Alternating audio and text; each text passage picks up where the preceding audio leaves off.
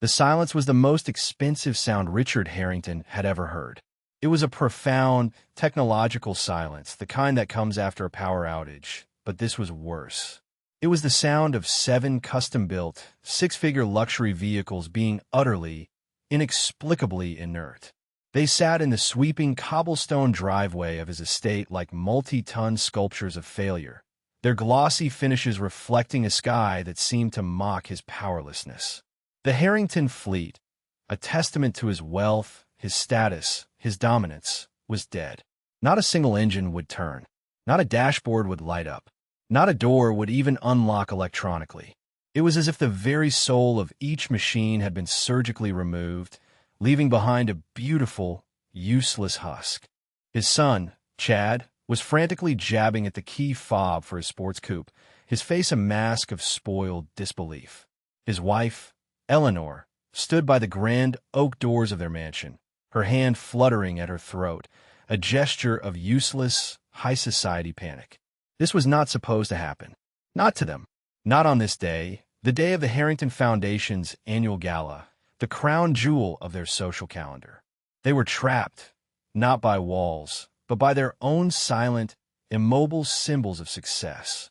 Richard felt a cold, dread coil in his stomach, a feeling so foreign it was almost unrecognizable. It was the feeling of being outmaneuvered. And as he stared at the dead fleet, a single, infuriating memory surfaced from a week ago. A man's calm, steady eyes, his grease-stained hands, and a quiet promise that had sounded less like a threat and more like a statement of inevitable fact. He had dismissed the man as simple mechanic. He had laughed. He wasn't laughing now. That man's name was David, and a week earlier he had been standing in this very driveway, enduring a storm of condescension that would have broken a lesser person. He had been called here to look at Chad's sports car, a machine so finely tuned it was more akin to a grounded fighter jet. Chad, in a fit of pique after a minor stock market dip, had tried to perform a system reset he'd read about on an obscure internet forum, resulting in the car's complex electronic brain locking itself down completely. David had spent 6 hours meticulously coaxing the system back to life, not with brute force, but with the delicate precision of a surgeon. He had bypassed the fried motherboard, written a temporary patch on his ruggedized laptop, and restored full functionality. It was a job that the dealership would have charged 5 figures for and taken a week to complete.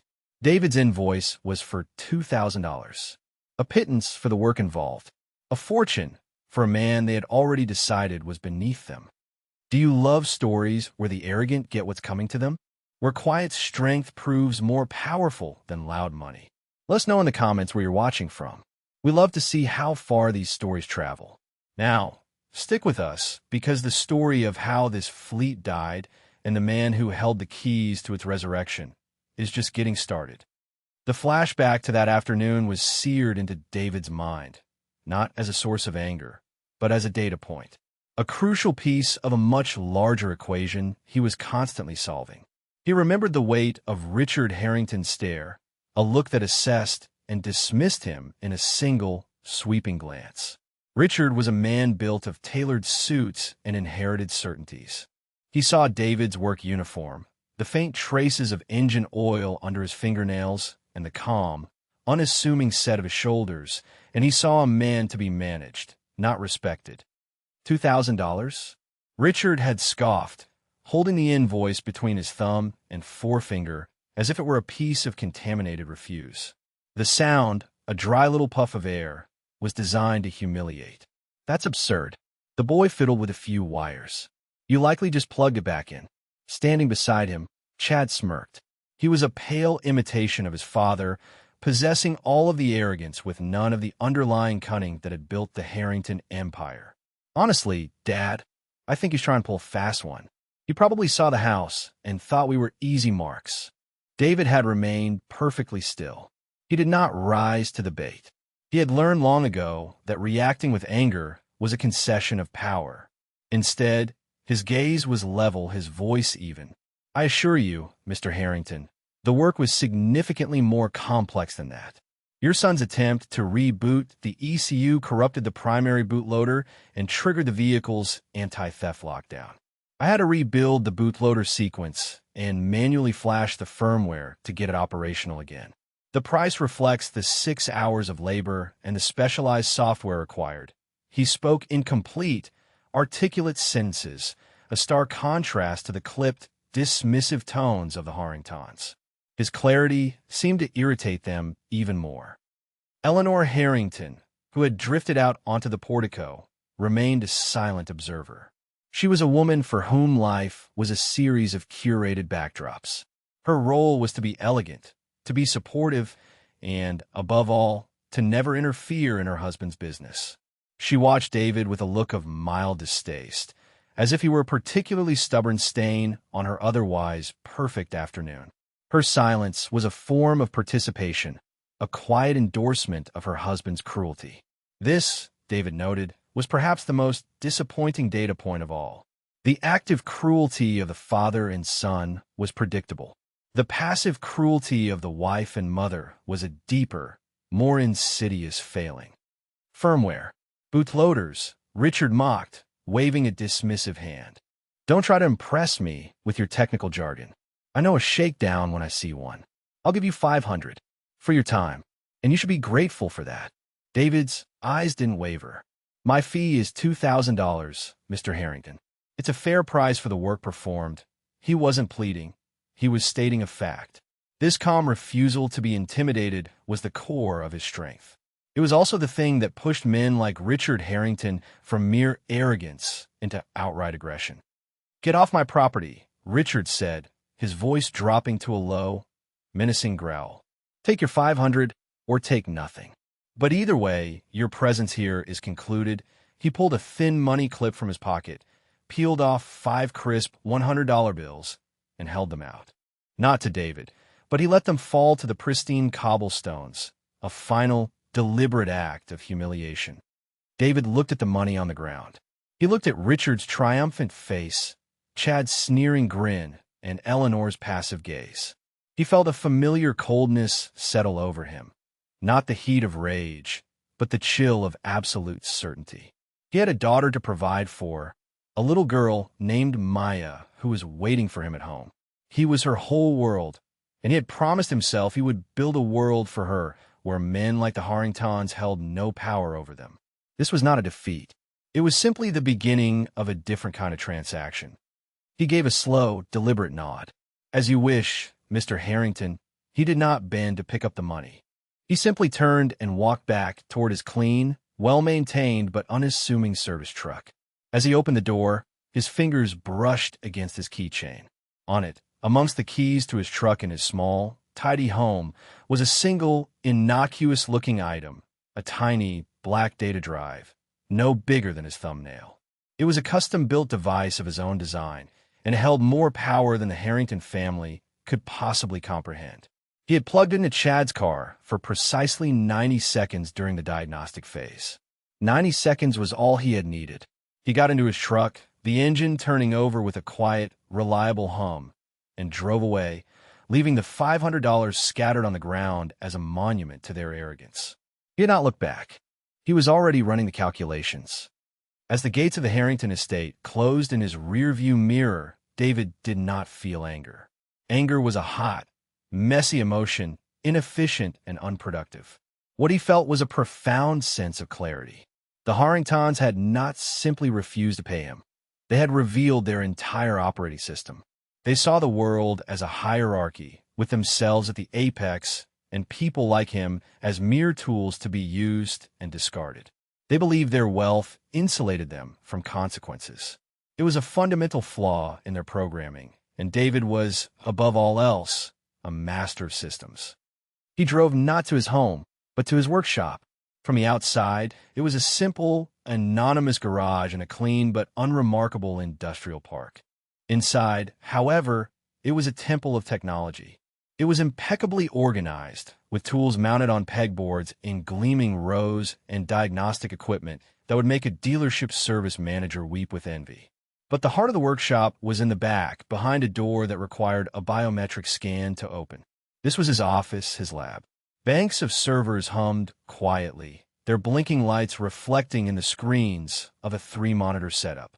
This was where the mechanic became the engineer. David wasn't just a mechanic. It was a role he played, a way to keep his hands busy and his mind grounded. His true passion and his primary source of income was in automotive systems security. He was a freelance consultant, one of a handful of people in the world who designed the unhackable operating systems and encrypted security protocols for high-end automotive manufacturers and private security firms. He worked under a pseudonym, a digital ghost known only as Deadless, and commanded fees that would make Richard Harrington's annual income look like pocket money. He maintained his local mechanic business for two reasons. It allowed him to work with his hands, which he loved, and it kept him connected to the real world, a world of single mothers with failing transmissions and elderly men who just needed a reliable car to get to their doctor's appointments. It kept him humble. It reminded him of what was important. He sat down at his desk and plugged the tiny data drive from his keychain into a port. A window opened on his central monitor, and lines of code began to scroll. The 90 seconds a drive had been connected to Chad Harrington's car was all the time it needed to perform a complete diagnostic handshake with the vehicle's network. And since every vehicle in the Harrington fleet was from the same manufacturer and linked to the same family security account, an account he himself had helped design the architecture for years ago, the handshake had given him a snapshot of the entire system. He saw it all. 7 vehicles, their VINs, their current software versions, their security protocols. It was like having a master key to their entire automotive world. He had installed a custom security patch for the Harrington fleet 3 years prior, a subcontracted job through a high-end security firm.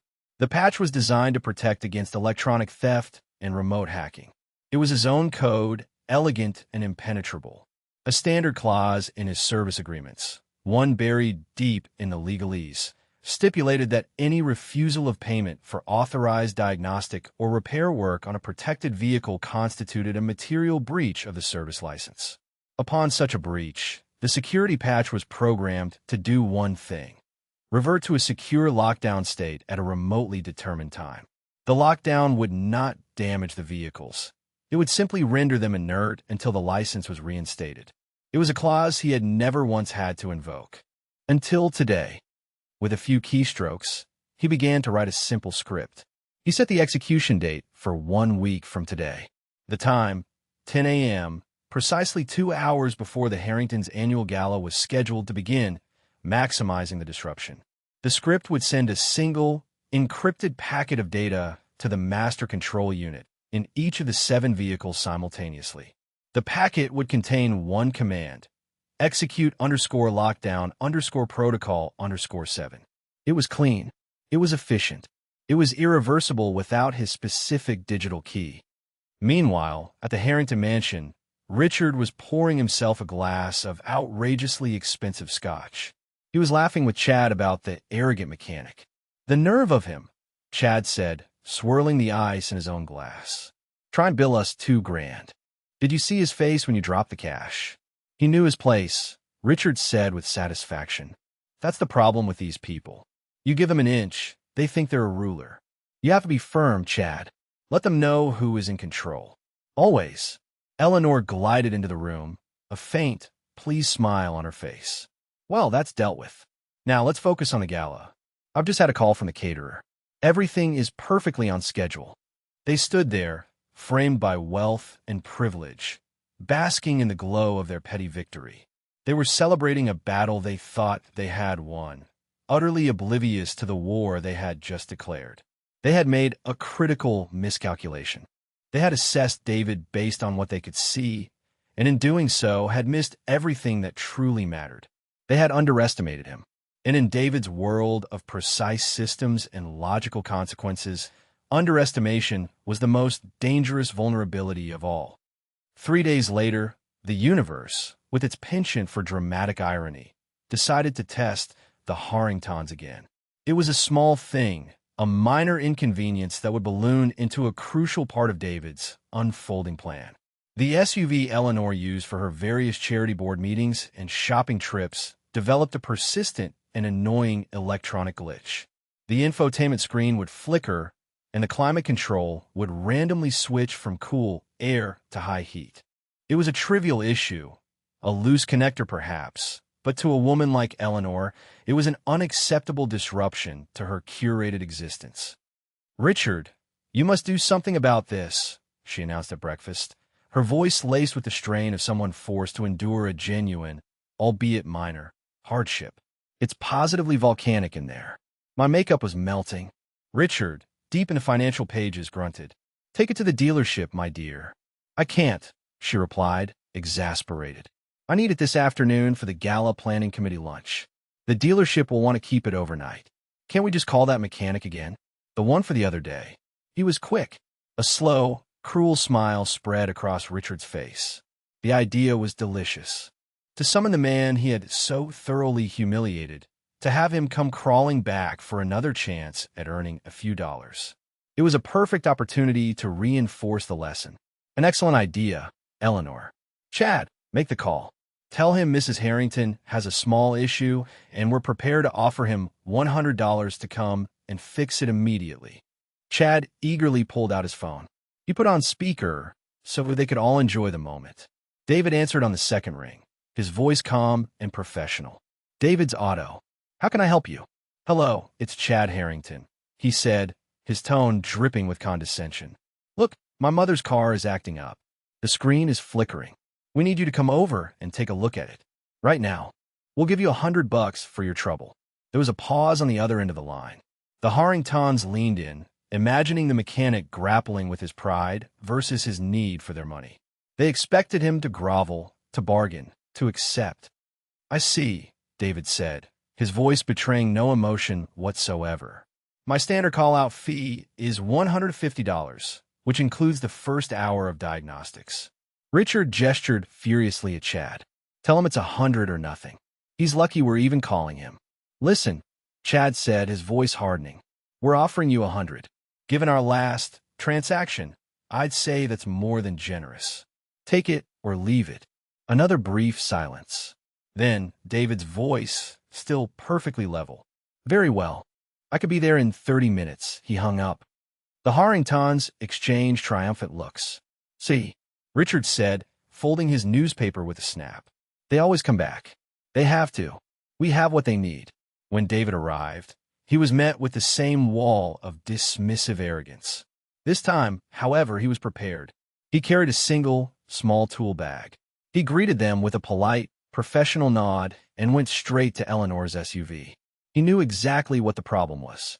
His brief diagnostic scan of the fleet network had flagged a known issue with a specific batch of infotainment wiring harnesses in that model year.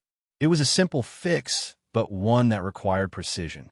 As he knelt by the passenger door to access the panel beneath the dashboard, Richard stood over him, arms crossed.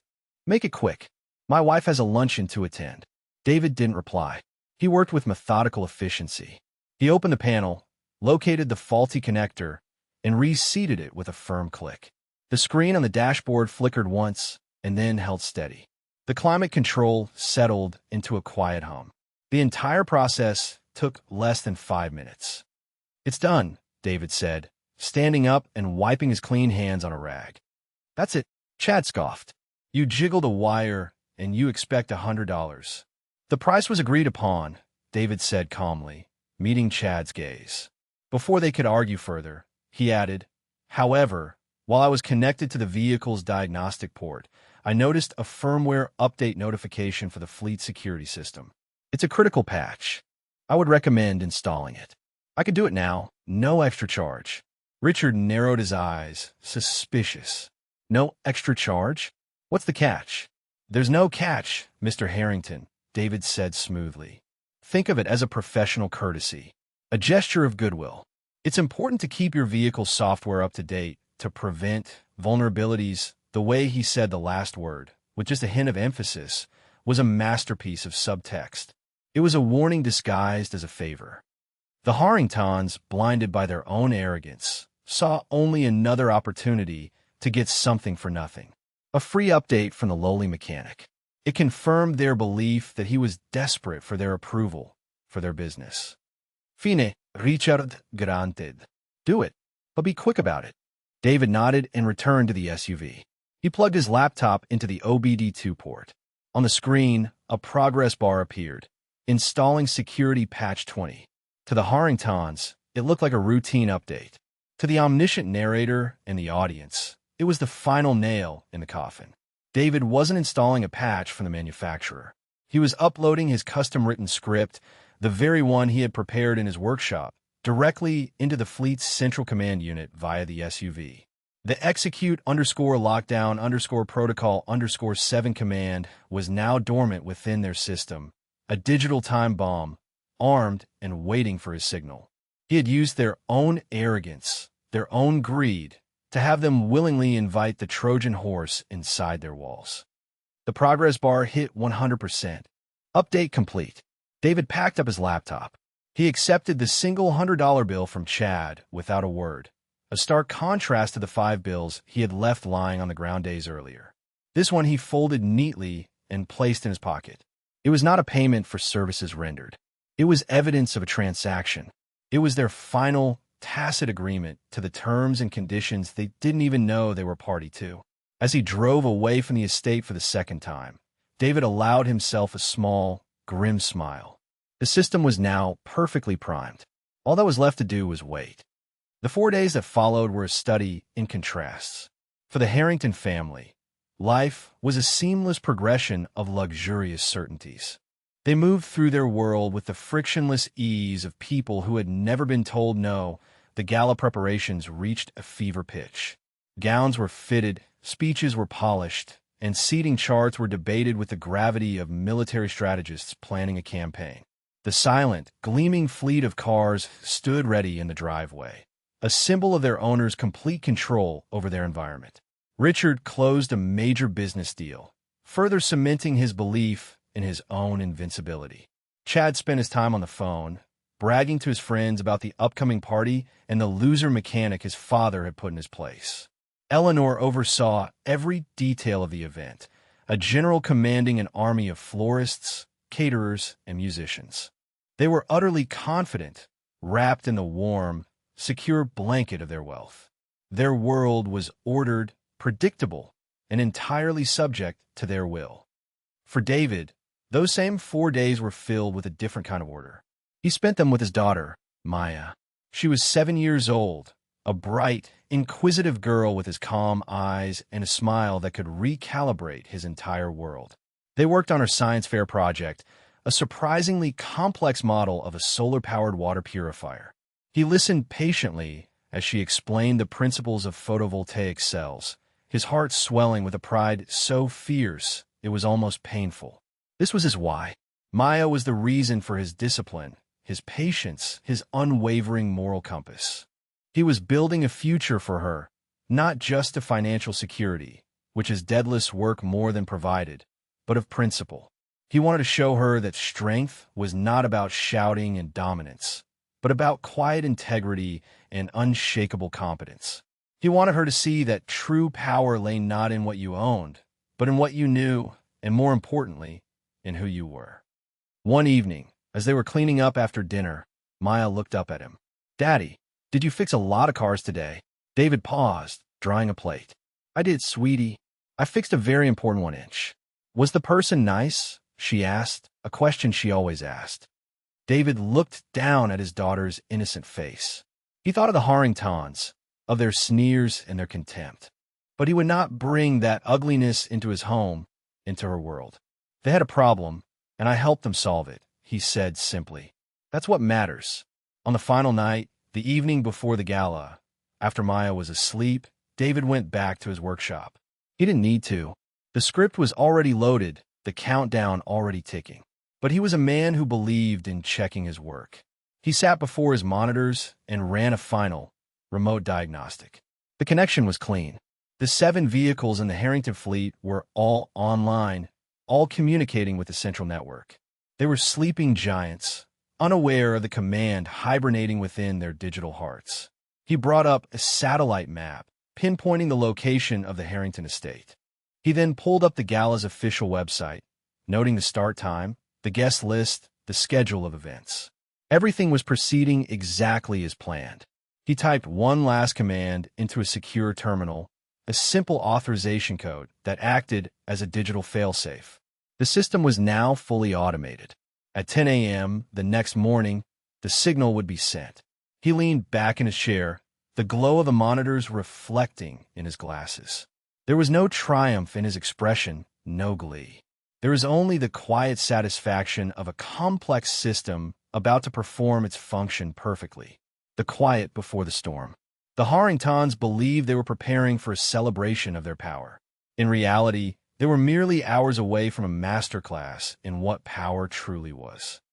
The morning of the gala dawned bright and clear, a perfect late spring day. The sky was an offensively cheerful shade of blue. Inside the Harrington mansion, the atmosphere was one of controlled chaos and giddy anticipation. Staff hurried through the hallways. Eleanor issued a stream of last-minute instructions, and Chad preened in front of a mirror, adjusting the knot of his designer tie. Richard stood in his study, looking out over the manicured lawns where a massive white tent had been erected. He felt a deep sense of satisfaction. Everything was perfect. Tonight, he would announce a new wing for the city hospital, a donation that would put the Harrington name on a building for the next century. It was the ultimate monument to his legacy. At 9:45 a.m., the first sign of trouble appeared, though no one recognized it as such. Chad, eager to make a grand entrance at a pre-gala brunch with his friends, headed out to his sports car. He pressed the unlock button on his key fob. Nothing happened. He pressed it again, harder this time, an edge of irritation in the movement. Still nothing. The car remained dark and silent. "Dad," he yelled, stalking back into the house. "My stupid car is dead again. The key fob won't work." Richard sighed, annoyed at the interruption. "The battery in the fob is probably dead, you idiot. Use the emergency key." Chad grumbled, but retrieved the physical key from a drawer. He went back out, inserted the key into the door, and turned it. The lock didn't budge. It was completely seized. Now he was truly angry, kicking the tire in a useless display of frustration. At 9:58 a.m., Eleanor's driver, a stoic man named Thomas, went to start her sedan to take it for a final wash and polish. He slid into the driver's seat, pressed the ignition button, and was met with absolute, unnerving silence. The dashboard, normally a vibrant display of lights and information, was a black, lifeless void. He tried again. Nothing. He checked the battery terminals. They were clean and secure. He was a professional, a man who understood cars, and he had never seen anything like it. It was as if the car had no power at all, yet he knew the battery was brand new. At precisely 10 a.m., Richard Harrington was in the garage, trying to understand why his own flagship sedan was also completely unresponsive when his phone rang. It was the head of his corporate security team, a man who drove one of the Harrington fleet vehicles as part of his compensation package. "Mr. Harrington," the man said, his voice tight with confusion. "I have a problem. My car is dead. Completely dead. It won't start. The electronics are all offline. I'm going to be late picking up the guest of honor." A cold prickle of unease ran down Richard's spine. "My car is doing the same thing," he said slowly. "And my son's. And my wife's." One by one, the calls came in. The two other cars assigned to his executive assistants, and the spare SUV kept at their city penthouse. All of them, at the same moment, had simply died. It wasn't a mechanical failure. It was a cessation of being. The silence in the cobblestone driveway was now complete, a symphony of technological death. 7 vehicles scattered across the city, all rendered inert at the exact same time. This was not a coincidence. This was not a mechanical fault. This was an attack. Panic began its insidious creep into Richard's consciousness. The caterers were arriving, the valets were due in an hour, and hundreds of the city's most influential people would soon descend upon his home for a gala he could no longer even leave to attend. He was a king trapped in his own castle. His fleet, his symbol of freedom and power, had become his prison. The polished chrome and glossy paint mocked him. He stalked from car to car, pulling on handles, staring at the blank dashboards through the windows, as if his sheer force of will could bring them back to life. But they remained stubbornly, silently, defiantly dead. The expensive silence was growing louder by the second, and in its oppressive weight, Richard Harrington finally began to understand the true meaning of powerlessness. The memory of the mechanic's calm eyes returned, no longer infuriating, but terrifying. The next hour was a blur of escalating desperation. Richard Harrington, a man accustomed to having the world bend to his will, was forced into a series of frantic, humbling phone calls. First, he called the dealership. The service manager listened patiently to Richard's sputtering, apoplectic description of the problem. 7 vehicles, all at once? The manager asked, a note of professional skepticism in his voice. That's highly unusual, Mr. Harrington. It sounds like an issue with the key fobs or perhaps a localized EMP, though that's extremely unlikely. We can send a tow truck for one of them and run a diagnostic, but we're backed up today. We might not be able to even look at it until tomorrow. Tomorrow? Richard roared into the phone. I have 200 people arriving at my home in an hour. I don't need a tow truck tomorrow. I need a wizard right now. He slammed the phone down, his face flushed with impotent rage. His next call was to a rival high-end mechanic, a man he'd used years ago before deciding he was too expensive. The man arrived in a truck bristling with diagnostic equipment. He spent 20 minutes moving from car to car, his expression growing more and more bewildered. He connected his most sophisticated computer to the OBD2 port of Richard's sedan. The computer screen remained blank. I don't understand, the mechanic said, shaking his head as he wiped sweat from his brow. It's like the port is dead. There's no power flowing to the ECU at all. It's not the battery. The battery is fully charged. It's like the car's central nervous system has been severed. I've never seen anything like this. It's beyond me. He packed up his tools, refusing any payment. There's nothing I can do here. You need an electrical engineer, maybe someone from the manufacturer's headquarters. Panic was now giving way to a cold, hard dread. The carefully constructed edifice of his perfect day, his perfect life, was crumbling. Guests would arrive to find the host trapped. The guest of honor, the mayor, would be stranded. The Harrington name would be a laughingstock. It was Eleanor who finally said the name that was hanging in the air.